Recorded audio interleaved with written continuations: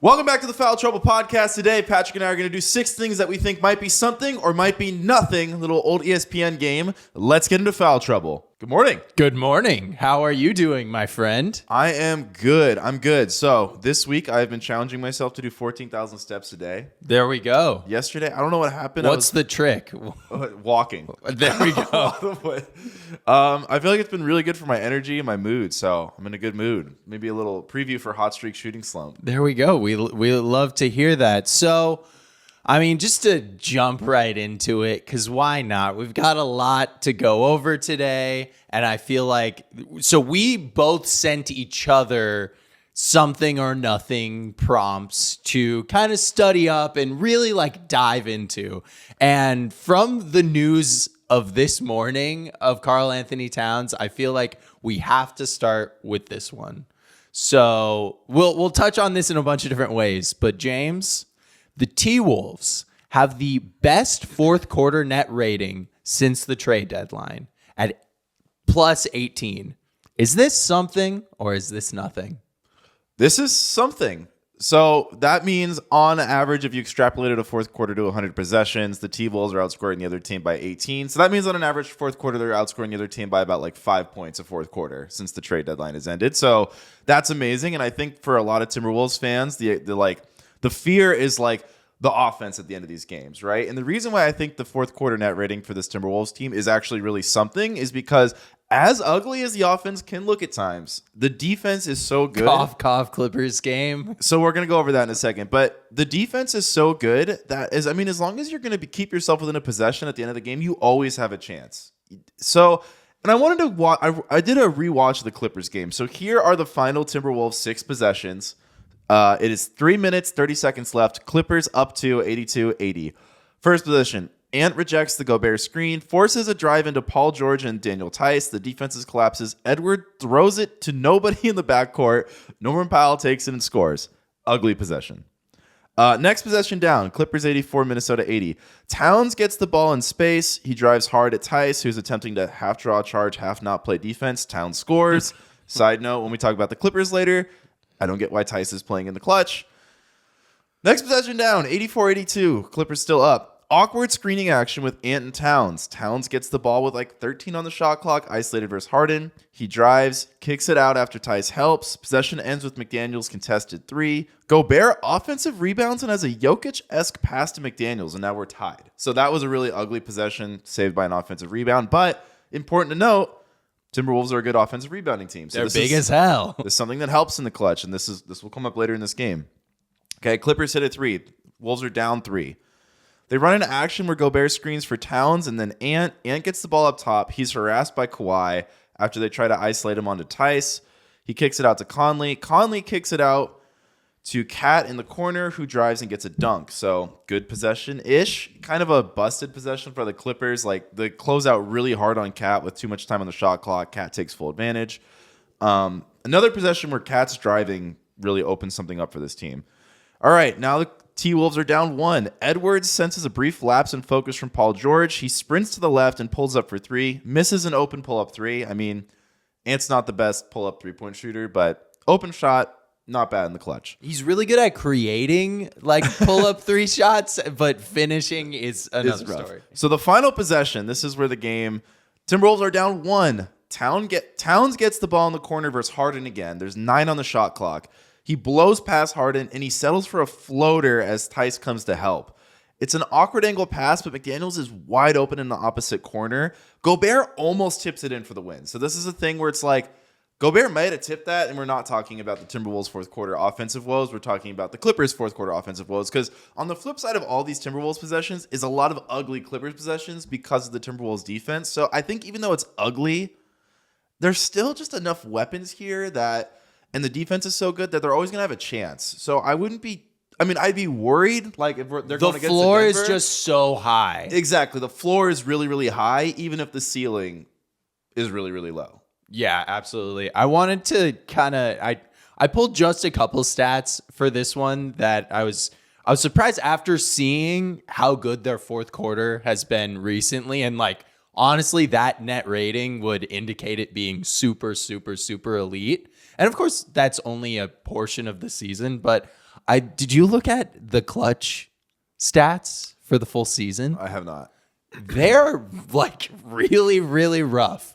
So they have 111 clutch minutes so far this season, which is like a sizable amount. About 2.5 games. Yeah. It's pretty average as far as like what teams have experienced this thus far. They have a negative 8.1 net rating in the clutch thus far, which is like, okay, like clutch games can be really weird. They have such a good defense that like just one really outlying game can like throw that off a little bit. But then start looking to the assist to turnover ratio in the clutch. 1.31, the 25th ranked assist to turnover ratio. The turnover percentage, 14.3, which is the 26th percentage. It's just, I think this is something, like you said, I totally agree with you. And it's because if this turns out to be like what they are in fourth quarter in clutch moments, it's not going to work.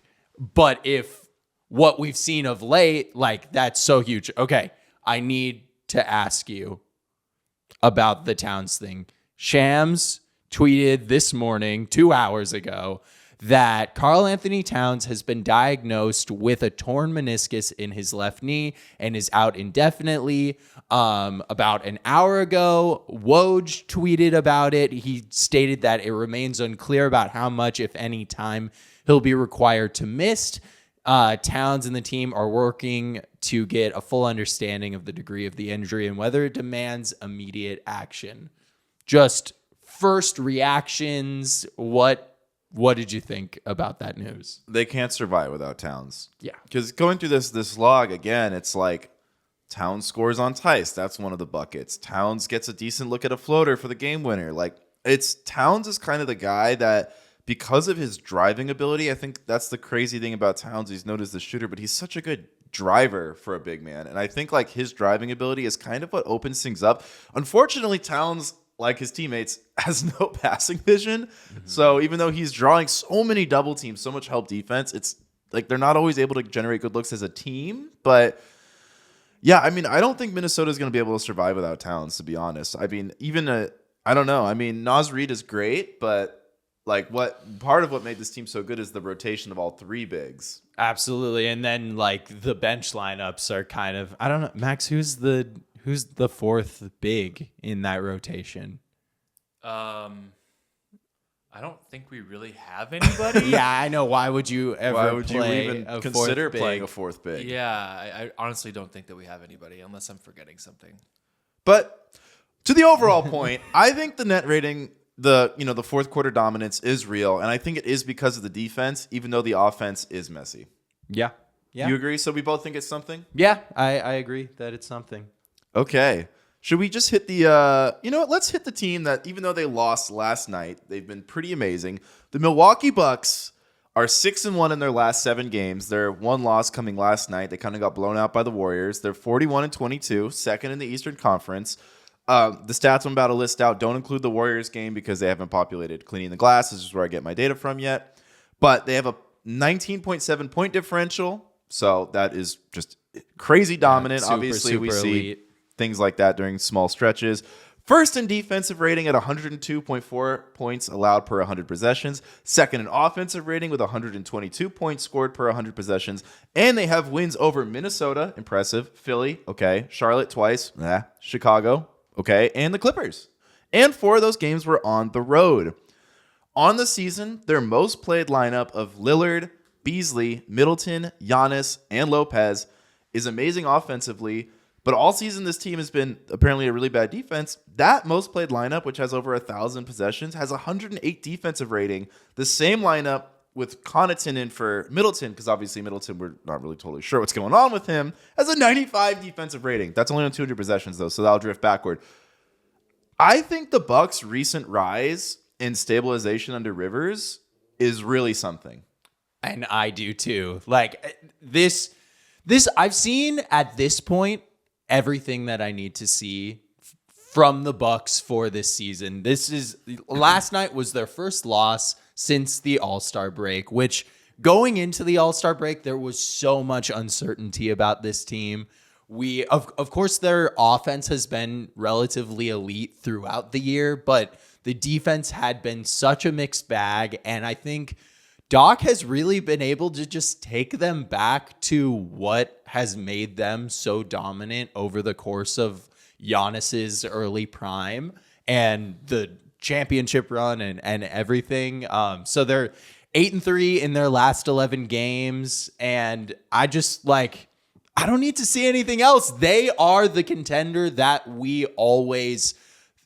coming into the season, we thought they would be. The Dame had such an amazing game against the Clippers on Monday. That was without Giannis scoring 41 points and really just willing the Bucks to a victory. I think gritty wins like that, especially at this point in the season, are so important and can really grow into being a team's identity. Bobby Portis has been playing so much better as of late. I think he had really fallen off efficiency-wise earlier in the season, and it's really nice to see him coming back into the flow of things. And they're not even healthy. Yeah, what I really like about this team too is if they were to get fully healthy coming into the playoffs, Portis and Connaughton as your 6th and 7th man, I really like that. Yeah. I really like how those guys can fit in with the starters at different positions. Man, I kind of like the Bucks all year. I feel like they're really rounding into form. This is kind of exciting. And then looking ahead to the playoffs, the Knicks totally banged up. The Magic, we're gonna actually talk about the Magic soon, but I'm taking Milwaukee probably in 5 or 4 in that one. Absolutely. The Pacers, they've really struggled with this year, but this is a new Bucks team. They don't have Adrian Griffin, mucking about, getting questioned every game by all of his players on what X's and O's are. And if the one draw that would suck is if the Sixers fall back and you have to deal with healthy Embiid, but we don't know what Embiid's going to look like. So that could be that's the series you probably don't want. But although that's not an ideal series, if I'm the Bucks and I'm going into that series, I have all the momentum. Versus I feel the clear favorite. Yeah. You have all the momentum. The Sixers are going to have to re-gel. They're going to have to get the buddy healed, handoff game with Joel, figured out, gelled out. This is something. The Bucks, this is something. It's a huge something. And to speak on the Warriors game last night, the Bucks shot 39% from the field or something. We talk about all the time that 10-game sample sizes, you're going to get a mixed bag in. Mm-hmm. And every once in a while, you're going to come out flat. The Bucks were on the road in Chase Center. The Warriors have been playing extremely well of late.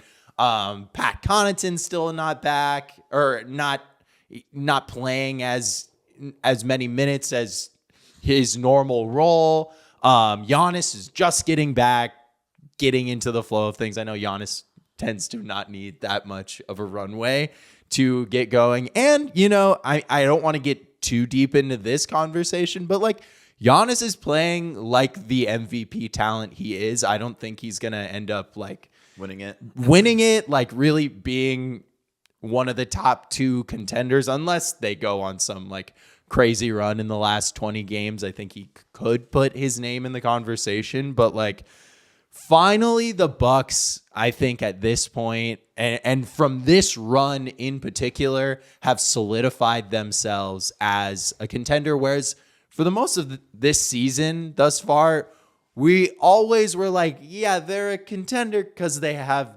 Giannis and Dame, but we really hadn't seen it. And also, we haven't said a super important name. Pat Bev has been everything they needed. Obviously, he's a greatly flawed player, but sometimes you just need a motherfucker. Yeah, sometimes you need one. And I feel like people got to start giving Dame his flowers. I feel like a lot of the last 2 months has been a lot of see what happens when you get rid of Drew Holiday. And it's dude, the Bucks have never looked this good on offense. And Damian Lillard is freaking amazing. And it kind of goes all the way back to when we did that All-Star episode. We were how do we pick between Brunson, Mitchell, Halliburton, and Dame? And it was every time I would try to compare those guys to Dame, I was man, Dame is just so elite at scoring, just on that slightly uptick level. Well, and it's just unfair because it's we're comparing Dame to prime Dame, and prime Dame is one of the best scorers we've ever seen in NBA history. And yeah, he's taken a little bit of a step back, but also he doesn't have as full of a plate, Yeah. In the playoffs, they are going to Dame's going to do his thing and he's going to be there for them. But they're going through Giannis. Giannis is the driving force of this team, and he's looked absolutely incredible this season. So I would not be too I don't know. I'd be super pumped if I'm a Bucks fan. Yeah, no, I would totally be too. Something. Did you guys see that quote that apparently Dame is kind of depressed? I did. I did see that quote. I do feel bad for him, man. I feel bad. I'm a Lillard fan. I feel bad for him. That is tough. Yeah, imagine getting dropped in Milwaukee a week before you have to start working, and then just you have no days off for the next 9 months. It wasn't just that. It's that he had a divorce right before the season That's true. too. So Yeah, he yeah. just doesn't have His family. He doesn't have the personal life infrastructure. Which I listen to a lot of interviews with him. It seems important to him. He seems like someone who's tight with his close friends and family. So hopefully he can win a ring, get back to Portland in the offseason. But Yeah. shout out Lillard, man. All right, let's go to the next topic. That got a little somber. Sorry.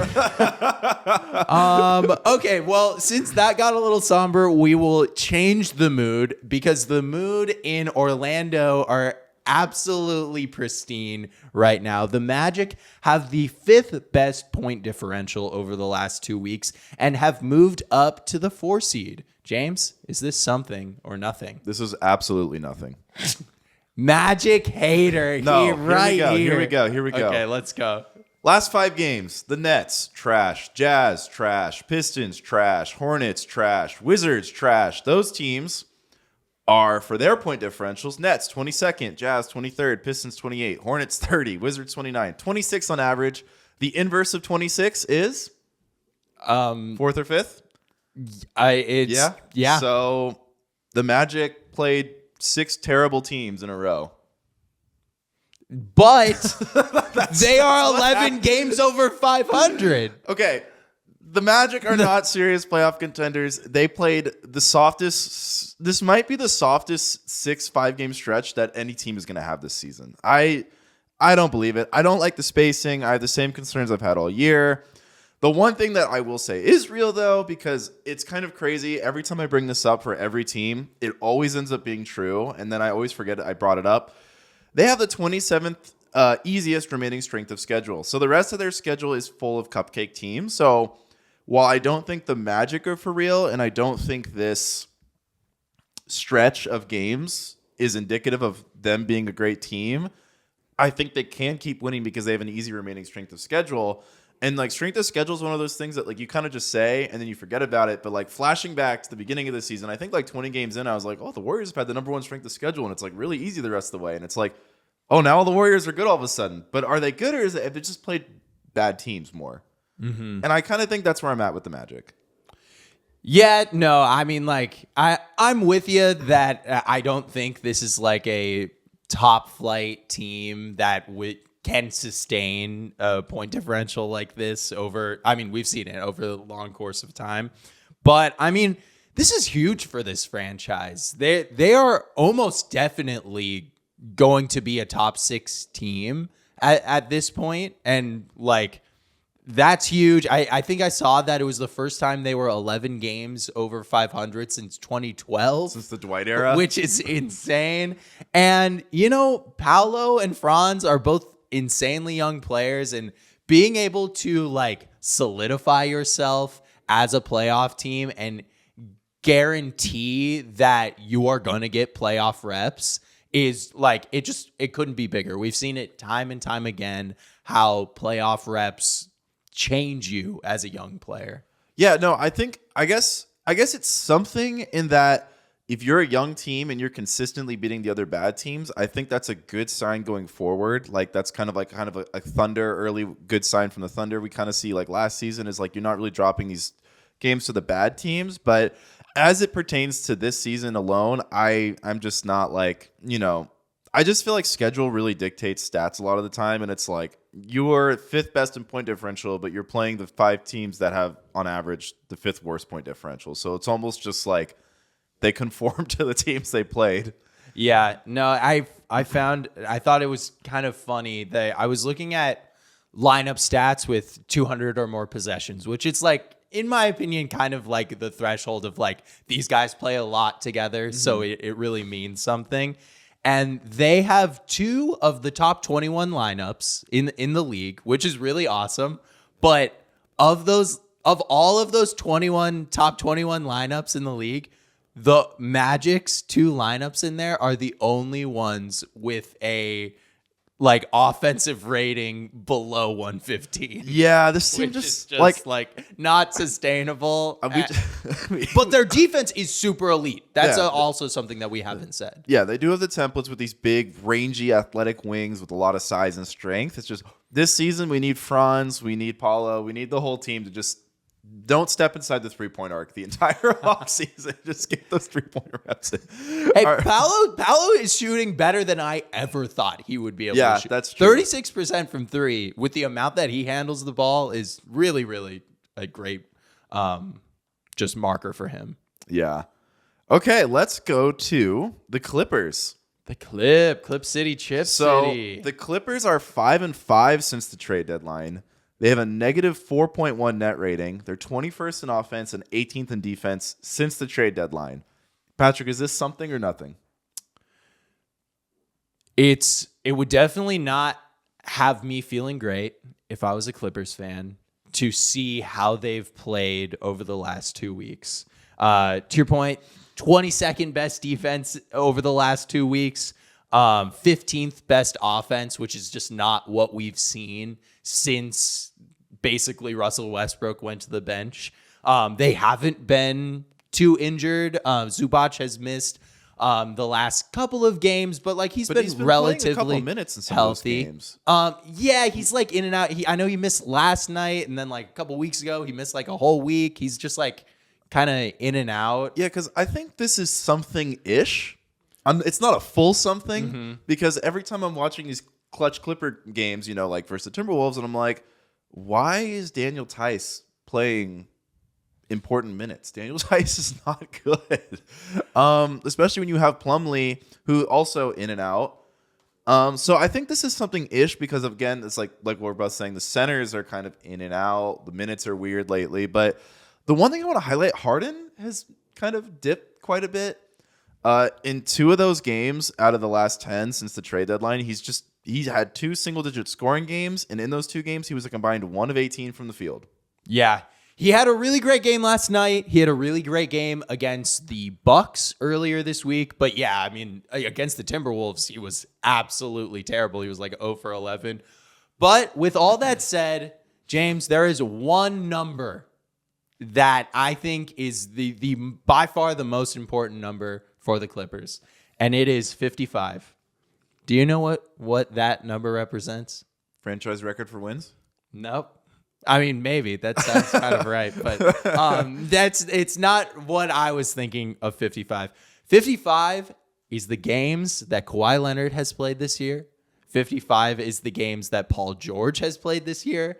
And weirdly, 55 is the amount of games that James Harden has played this year. They could lose, as long as they make the playoffs, they could lose the rest of the games, and I really wouldn't care as long as Kawhi is healthy. I think they are a super veteran team. Doesn't get more veteran than this Clippers squad.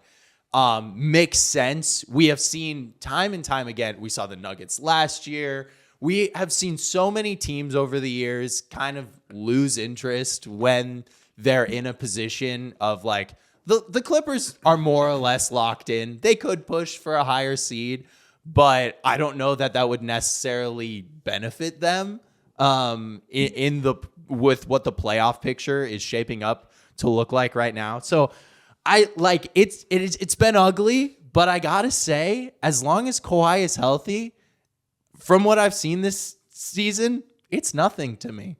It's nothing. Yeah, I mean, so the reason I think it's something-ish, not a full something, is just because, like, I am kind of worried about this team because I think it's not like Zubac and Plumlee are these elite centers, right? But they're competent. They're good-ish, right? And I think, like, watching that Minnesota game is just like I I don't know, man. I don't know if I just have like I've watched Tice's worst 20 games, but like I feel like every time I watch Tice play, he's just getting eviscerated by the other team's big man. And like Gobert really kind of hurt him on the glass. Like he's not really a big threat to help on like some of these drives. Like I am worried that the centers can't get healthy because the bigger teams in the West has a lot of these huge teams. Like we saw the Lakers like beat them. Like this is the first year they've lost the season series to the Lakers in forever. But they are pretty much locked into the 4 seed in my eyes. I don't think they'll be able to get up to 3. I don't think they'll drop to 5. So I mean, with the Towns injury, if he misses a significant portion of the rest of the 20 games that are left, they could get up there. They're 2.5. 2.5 is a lot. Yeah, I mean, either way, it's going to be Phoenix, Sacramento, Dallas, or the Pelicans who they play in the first round. And like, I feel like they feel kind of good about any of those teams. Honestly, I feel like it will most likely be the Pelicans. I'd be kind of surprised at this point if they fell back. Kind of like them a lot against the Pelicans. The way they lose that series is like Zubac and Plumlee aren't 100%, and the Pelicans and Valanciunas and Zion are just crashing the boards. And the thing about the Pelicans is, I mean, this is going to kind of turn into a shit talking the Pelicans thing, but like Zion doesn't even rebound. Yeah. The idea of Zion like is just this monster that's always like hitting the boards. He'll get like an offensive rebound, but like he generally has no interest in defensive rebounds, and boy do the Clippers have people to guard Zion. Yeah, that's true. No, I definitely like the Clippers ahead of the Pelicans. Like, yeah, I mean, I feel like we've been very, very down on the Pelicans, but they keep on winning. They keep on winning. We might they do. We might have to revisit the Pels a little bit. But maybe next week we'll do a Pelicans thing. Another team has the 10th hardest remaining strength of schedule, which is really why I think they're kind of locked into the 4 seed because they are one of the best teams.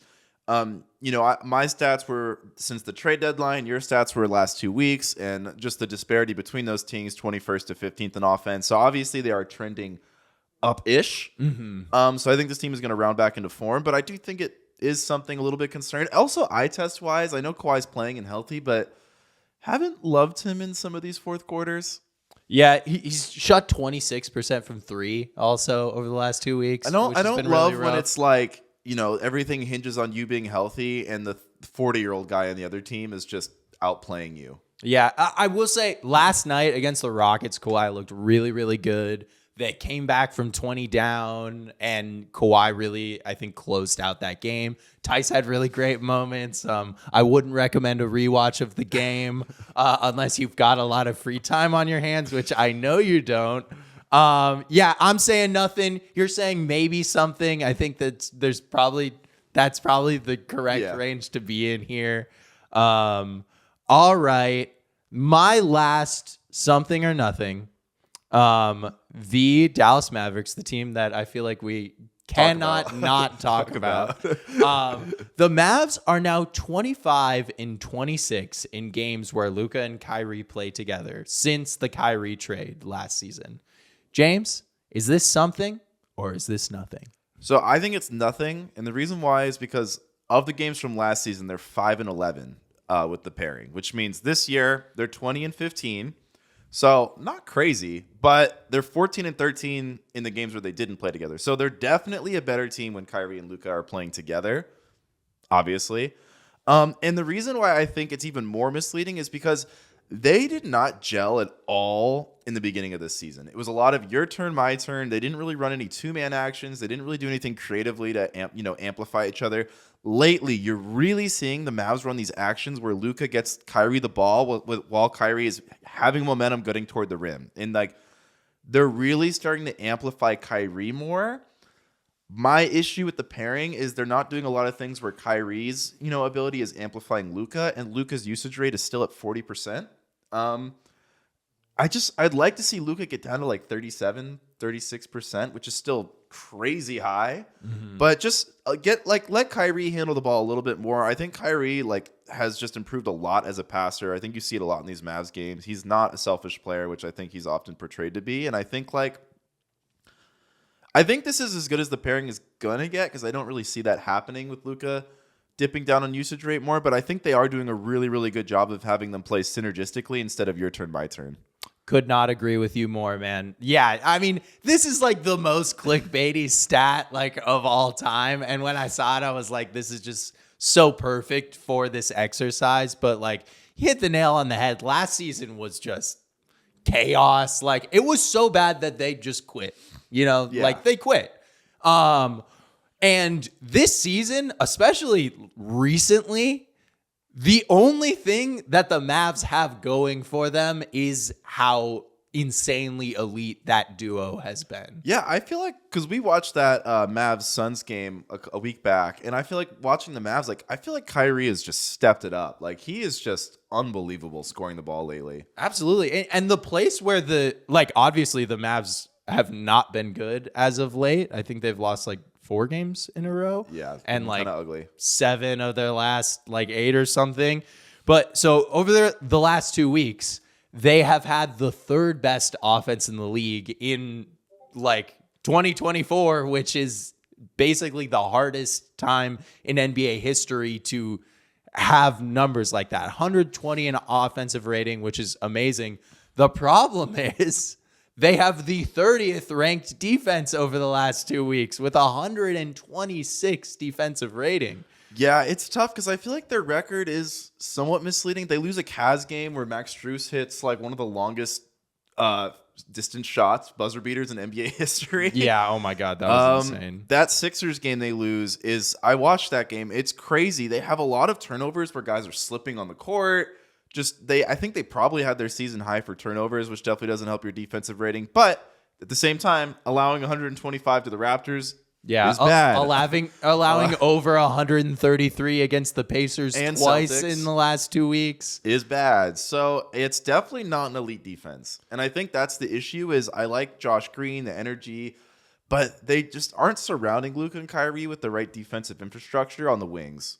Yeah, and also, I hate to say I told you so, but the PJ Washington shooting thing, It's been bad. Is really, really, really rough. Shooting 22% from the corners right now, 31% overall. It's it's rough. Just not doable from what the Mavs need right now. I think they're gonna have to relegate him back to the bench. Yeah. I mean, it's like it sucks. He's like an awesome small ball 5, basically, is what he is, and like you really would have never known what he could have been until he was out of the Charlotte ecosystem, because it's just like such a weird torture chamber for development projects.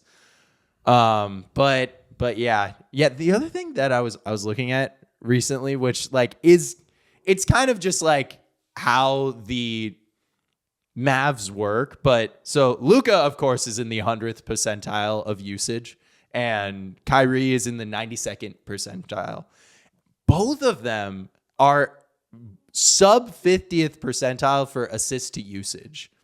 And I just wish, I wish they could knock down their usage a little bit more, and that would shoot up that stat. But just having a little bit more of an egalitarian offense where teams, it's just a little bit of more of a mystery of what the Mavs are going to do. Or at the end of the day, you know what they're going to do. They're going to have Luka or Kyrie shoot, but the journey there, if that's a little bit more of a mixed bag, I think that would serve the Mavericks really well. It's almost like there's this alternate universe where the Mavs have this 3-headed monster of Luka, Kyrie, and Siakam. And it's that team is just, that would be an offensive dynamo. But yeah, it's tough right now because it's you do have these two guys who are both playing out of their mind offensively, but it's the other team knows, all right, it's either going to be one of them shooting a kick out to the wing or a lob to Lively. And that's the offense. Yeah.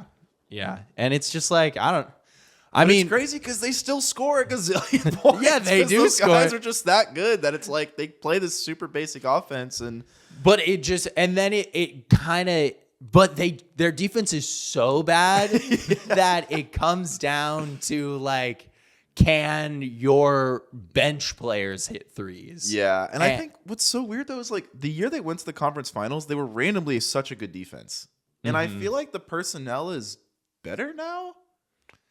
Like, I don't really get how that one season even happened. I think like individually in a vacuum, those guys are better, but they are not versatile at all. Like PJ, like I'm not super high on him as like he can guard fours like reasonably well, but like I don't want him on threes. I definitely don't want him like switched on to guards. And then like they played with like these like Maxi Kleber was he has a little switchability, a lot more switchability in my opinion than a Lively and a Gafford. That's true. And those two guys are so locked into the 5 position. Like they cannot switch at all.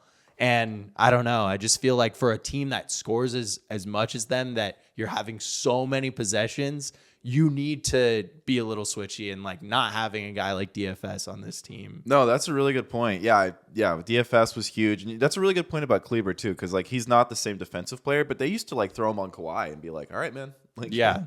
You're and like huge. in the Suns series, like they got away with him on like Chris Paul at times. It just made their whole defense just so much more of like you can be the aggressor in that situation. Mm-hmm. All right. Well, so I think both of us feel like the Kyrie-Luka pairing is a strong pairing, but they still really need to figure out the team around them. Mm-hmm. Mm-hmm. All right. Our final thing.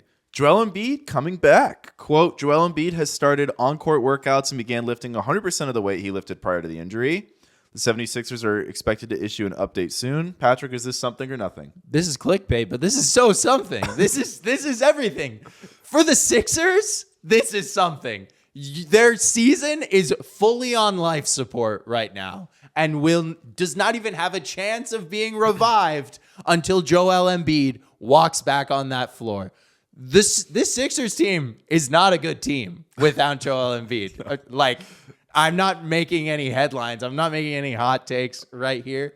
Without Joel Embiid, 16th best offensive rating, 20th best defensive rating. Like, that's not a good team. With Joel Embiid, they're just like they have like they have the best lineup in the NBA. They're just we can just go around in circles, but like yes, that is it's progress, it's something. And if they can get Joel Embiid back before the playoffs, I think that they could still maybe make some noise. But like, I think the important thing to look at here is the East playoff picture right now. We've got the Magic, who are 12, this might be from yesterday, but Magic that are 12 games back. Knicks, who are also just like, looks like a fucking hospital ward over there in New York, 12 and a half games back. The Heat, who are 13 games back, the Sixers, who are 13 and a half games back, and the Pacers, who are 14 games back. It would be a disaster if they fall behind the Pacers. Yeah, well, I mean, all that would mean if they fall behind the Pacers, though, is they're still playing in that first round of the play-in. Yeah, but they're playing away like when weird shit happens to the Sixers, it's on the road and things go really, really badly. Yeah, I mean, I think it's so. Here's the tough thing: if Joel Embiid came back with 10 games left, he'd be coming back 20 days from now. He'd be coming back on March 27th. And that gives him 10 games to gel. Is 10 games enough? About like a 20 days, 25 days to gel? Is that enough time for him to get I'm back not to worried 100%? about gelling. I'm worried about him getting in shape. Yeah, I mean, that's the thing. I feel like if Embiid can come back around that March 20 to 27th range, like this is really, really something. And if he can't come back until like April 10th, I kind of feel like they shouldn't. They shouldn't bring him back at all? Yeah. See, I'm not there. The reason just because, if you're the Sixers, I just think the worst thing that can happen to Embiid is like he plays like 3 regular season games and it's like now you are going to go play Giannis, and all we've seen from you playing Giannis is the two of you lose your goddamn minds and become barbarians and just fucking ram into each other. Like, Giannis and Embiid, when they play each other, like kind of both lose their minds on like how to play basketball and literally just, I feel like club each other. Like, I don't know. You're not wrong. You're not wrong at all. But to that point, I ask you, what is promised? Nothing. Nothing is promised in this world. And nothing is promised with Joel Embiid. Who knows what happens next year? He could, I don't know, lose his arm in his closet and not be able to play all of next year. No matter what, they're not going to fall out of the playoff picture. And if they are able to, I don't know. I just feel like you got to just roll the dice. If he's healthy enough to play, he should play. Even if it's against, the giant bullet from the Mario games in Giannis, who is just going to be going at him over and over again. You just I don't know. You just got to hope for like a Willis Reed thing. Yeah, I mean, I think it's good that they're not slated to play the Knicks, but man, if they get 7, it's Milwaukee.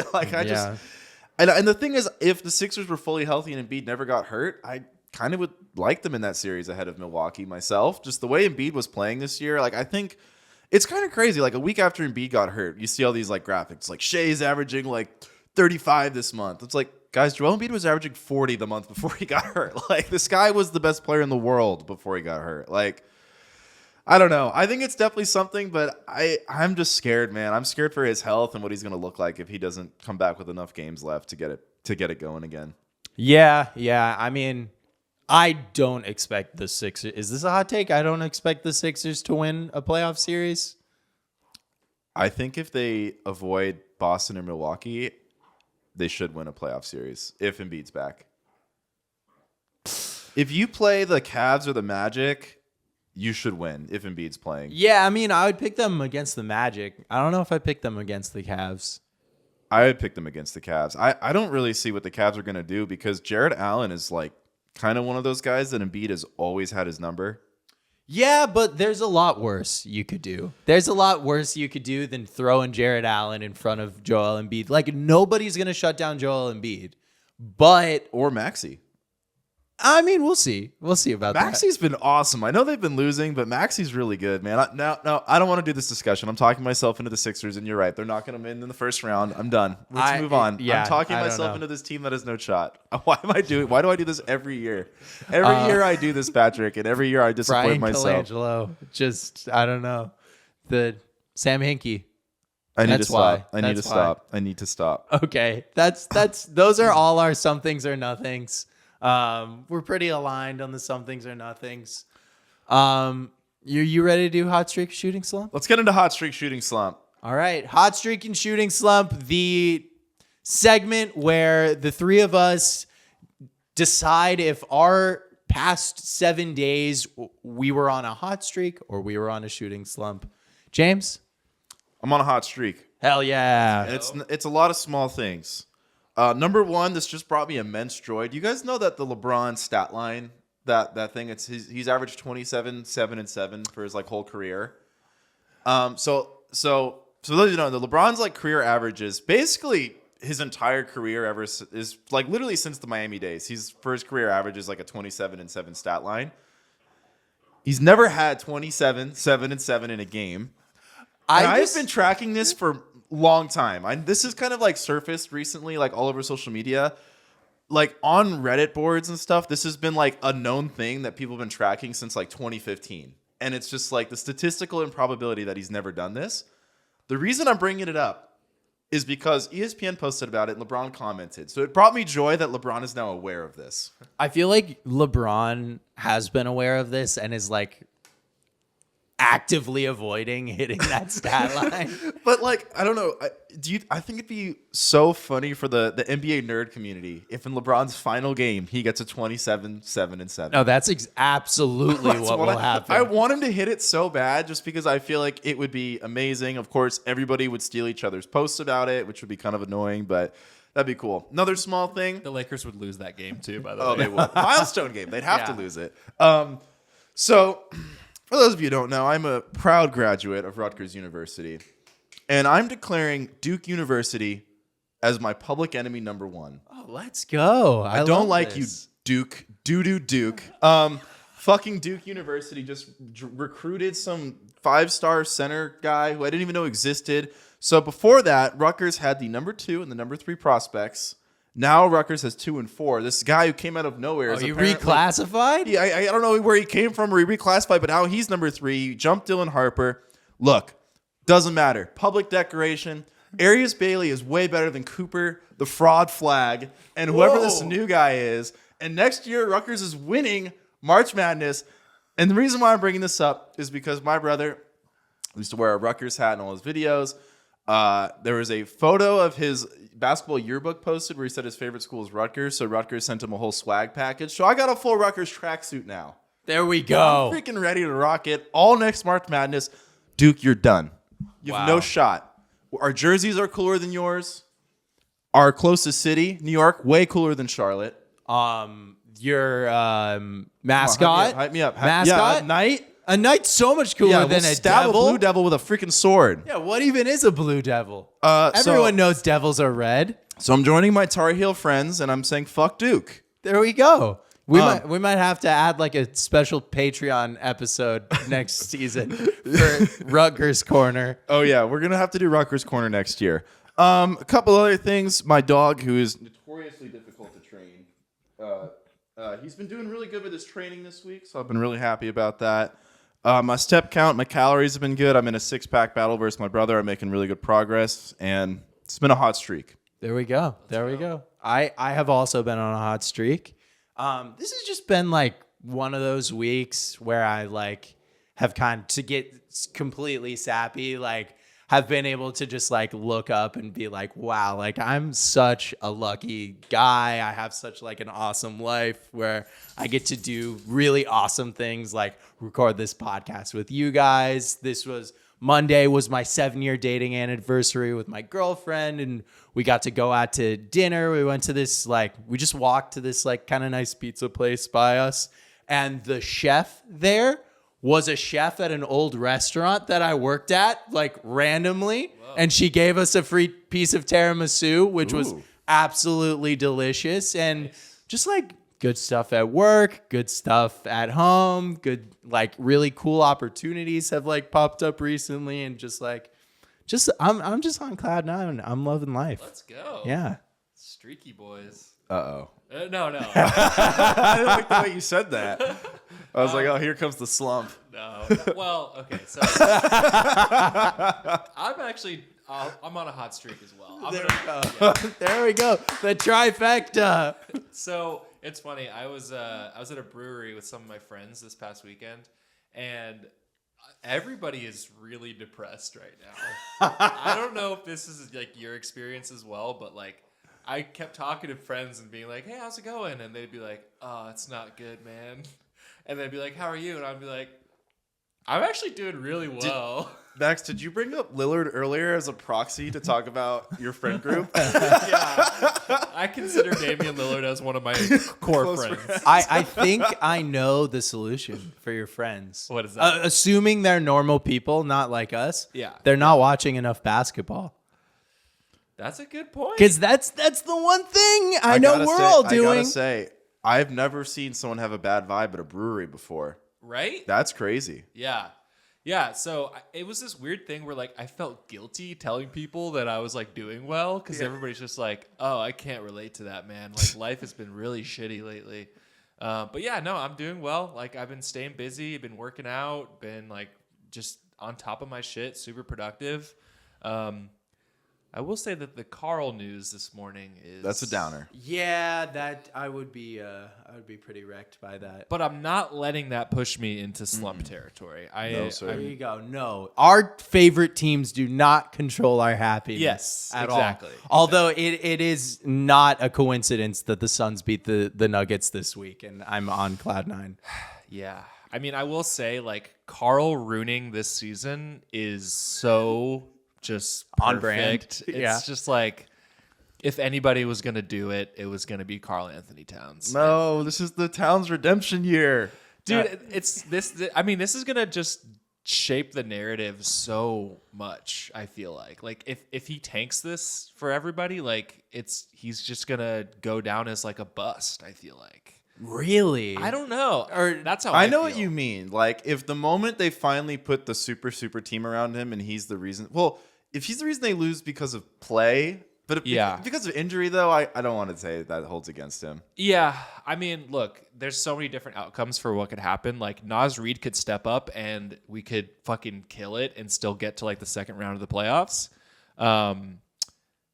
Or that could just not happen at all. Or, actually, what I'm really scared of is Karl is out for the rest of the season, but then comes back for the playoffs and is really rusty and then screws it up for everybody. Like, we just make he makes a couple of really bad plays and like in crunch time and messes it up. That's what I see happening. Max, I've seen myself in you right now. I've got the game for you, Max. Okay. So side note, Domantas Sabonis, another guy I dog on a lot, continues his undefeated streak versus Anthony Davis. Yeah. Anthony Davis cannot. Daddy Sabonis. Daddy Sabonis. The Timberwolves are playing a potential 1-8 matchup this Sunday here in LA. Are we afraid of the Davis?